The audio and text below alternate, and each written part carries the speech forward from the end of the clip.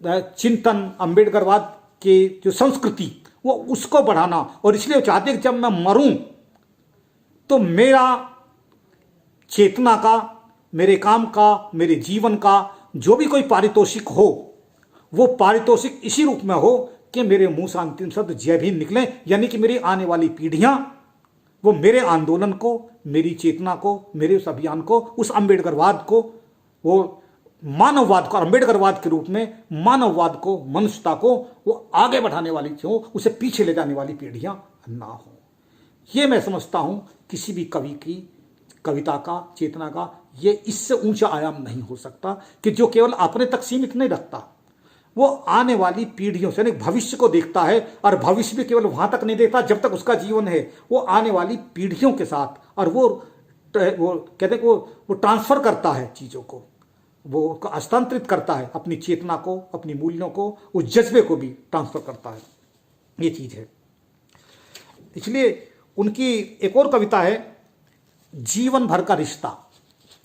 उस जीवन भर का रिश्ता कविता में उनका जो संघर्ष है और जो उनकी जो जिजीविषा है, उसके दर्शन उसमें, उस कविता में हमको मिल जाते हैं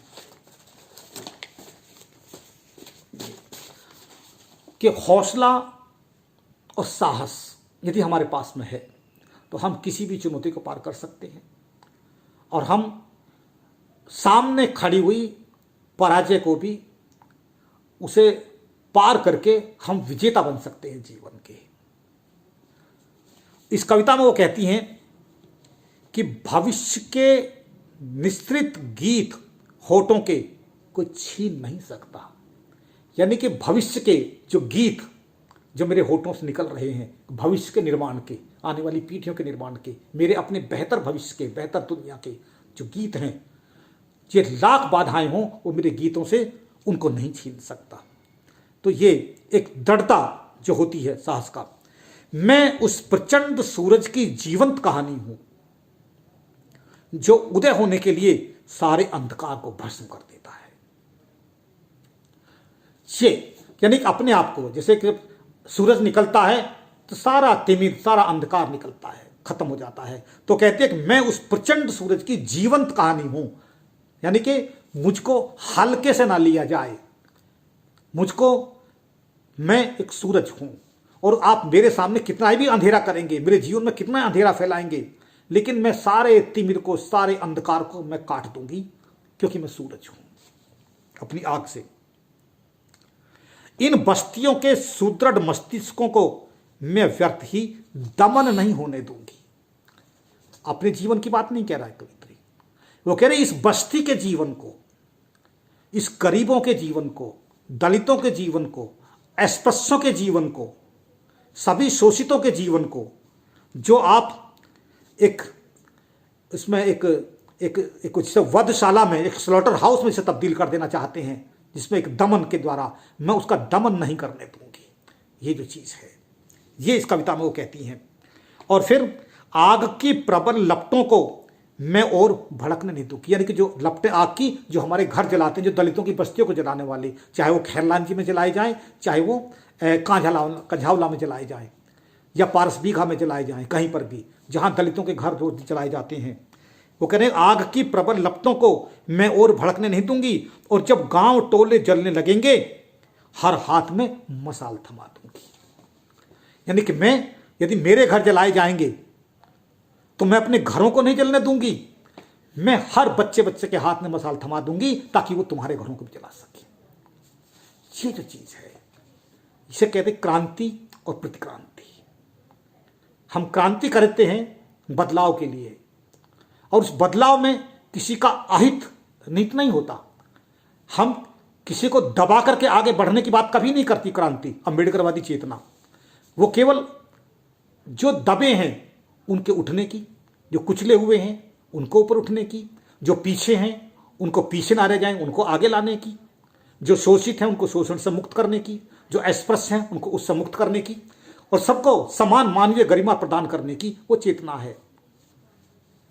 लेकिन किसी को दबा करके आगे बढ़ने की नहीं है। लेकिन यदि कोई पूरी तरह मुझको, मेरे अस्तित्व को, यानी कि मेरी पीढ़ियों को यदि कोई ध्वस्त करना चाहेगा तो मैं अपने घर नहीं चलने दूंगी, उनके घर भी चलेंगे। ये सब चीज़ें हैं। तो ये कुल मिलाकर के जो मैं अपनी बात को मैं अब थोड़ा सा करूं कि जो मैंने ज्योति लांजेवार की कुछ कविताओं को पढ़ा और उनको देखा, उसके आधार पर मैंने उनको देखा। लेकिन मैंने जो एक उनका, जैसा कि अपर्णा जी ने भी बताया, अजय ने बताया कि उनके साथ मेरा कुछ समय का संपर्क रहा। वो हम अक्टूबर 2006 में हम इंटरनेशनल दलित सॉलिडेरिटी नेटवर्क की ओर से आमंत्रित थे राइटर इन रेजिडेंस के रूप में। मैं ज्योति जी से करीब 1 हफ्ते पहले पहुंच गया था, वो 1 हफ्ते बाद आई थी, और मैं उनके आने से मैं पहले चला आया था क्योंकि मुझे मॉरिशस में मेरी पोस्टिंग हो गई थी, मुझे वहाँ ज्वाइन करना था और जो औपचारिकताएं पूरी होनी थी, तो वो बात तक वहाँ रही थी। लेकिन करीब 15 दिन या 20 दिन के भी आसपास हम साथ साथ रहे थे और हम बहुत जगह जर्मनी के शहरों में गए, बहुत सारे आयोजनों में हमने भाग लिया, कविताएं की और बहुत तरह का। तो वहाँ मैंने उनके व्यक्तित्व को देखा। जो कुछ तो जो उनके साथ चर्चाएं होती थी वो नहीं, कई जगह ऐसा होता था कि आमतौर पर होटल में है तो होटल में केवल हम दोनों ही हैं, तो हम दोनों ही आपस में चर्चा करते, या गेस्ट हाउस में कई हैं तो आपस में हम चर्चा करते। फिर दूसरा, वो जर्मन लोग हैं, उनके साथ भाषा का दिक्कत है तो हम अपने आपस में अधिक लोग हम ज़्यादा बातें करते। तो वहाँ पहली बार, उससे पहले मैं ज्योति लांजेवार का नाम जानता था, उनकी जैसे मैंने कहा कविता मैंने अनुवाद करके मैंने करवा के प्रकाशित की। और हमारे दिल्ली में शेखर पवार हैं, उनके माध्यम से तो मराठी के मैं सारे साहित्यकारों को, कवियों को, कवित्रियों को, उनके बारे में वो सब बराबर मैं करता रहता था। तो वहाँ मैंने उनको, ज्योति लांजेवार को जाना। वहाँ जो मैंने देखा उनके व्यवहार की जो सहजता, तो उस सहजता में, सरलता में, और उसमें कोई, जैसे कहते हैं, कोई तीव्रता नहीं है। तीव्रता ना तो उनकी बॉडी लैंग्वेज में दिखाई देती, ना उनके बोलचाल के तरीके में। तो वो जो एक तरह का एक सम्यकता होती है, और जब मैं उनकी कविताओं को देख रहा हूँ तो वो मैं उनको एक साथ जोड़ कर देख रहा हूँ कि वो सम्यकता, वो चीज़। लेकिन मैं देखता था जब वो, हम उन पक्षों पर बात करते थे और जब वो कहीं जब स्टेटमेंट हमको दे रहे होते थे तो उनके स्टेटमेंट में एक दृढ़ता होती थी, और वहाँ पे वो जो फूले अम्बेडकरवाद, वो उनकी कविताओं में वो बिल्कुल मजबूती के साथ उभर के आता था। वो जो उनके साथ बिताए हुए वो दिन हैं वो बराबर, अब उन्होंने तो लिखे ही हैं, मैंने भी वो जो किताब लिखी जर्मनी में दलित आंदोलन, उसमें मैंने भी ज्योति जी के साथ में बहुत याद किया है, बहुत सारा उसमें उनको मैंने उसमें उसके शिद्दत के साथ में उनके।